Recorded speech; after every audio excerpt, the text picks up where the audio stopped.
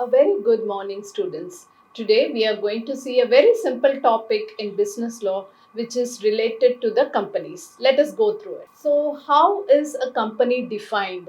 The Companies Act 1956, which actually has got all the details regarding a company, defines the word company as a company formed and registered under the Act or an existing company formed and registered under any of the previous company's laws.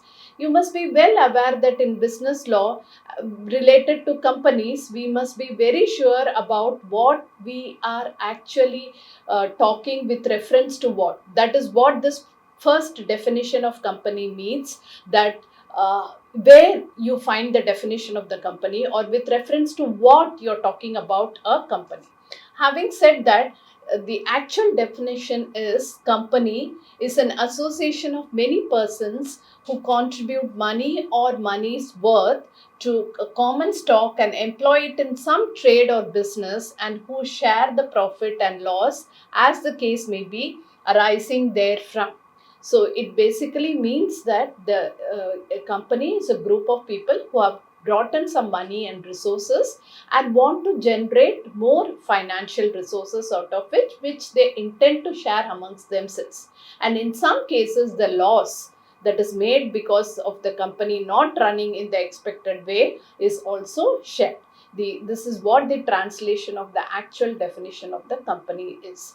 Having seen this definition, now let us move to the characteristics or features of a company. These features or characteristics are important when we are looking at it from a legal point of view, and when we want to take action against some company, or we want to do something with respect to the company, then these clauses come into existence.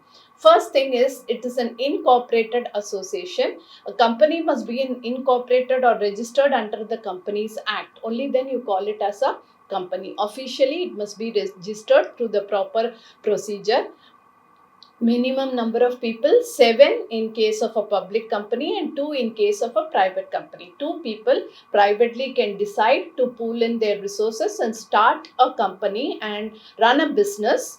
It is possible once they have registered it. It is an artificial person. A company is created with the sanction of law, and it is clothed with certain rights and obligations, so it is a person. We can refer to it in the court of law as an artificial person because it is clothed with the characteristics that a person has got. Separate legal entity. Unlike partnership, company is distinct from the persons who constitute it. Section 34 says that on registration, the association of person becomes a body corporate by name and contained in the memorandum.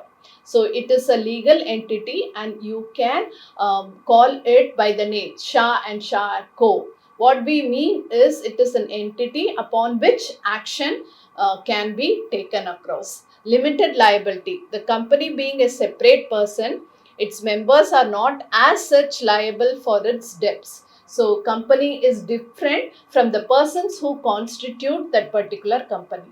Separate property. Shareholders are not, in the eyes of the law, part owners of the undertaking. Transferability of shares. Since the business is separate from its members in a company form of organization, it facilitates the transfer of members' interest. Perpetual existence. A company, being an artificial person, does not have any span of life. It can keep on existing for a long period of time until it is officially terminated. Common seal. A company, being an artificial person, is not bestowed with a body of natural being, and the seal of the company represents that particular company. Company may sue and be sued by its own name. These are the characteristics of a company. So thank you very much for patiently listening to me.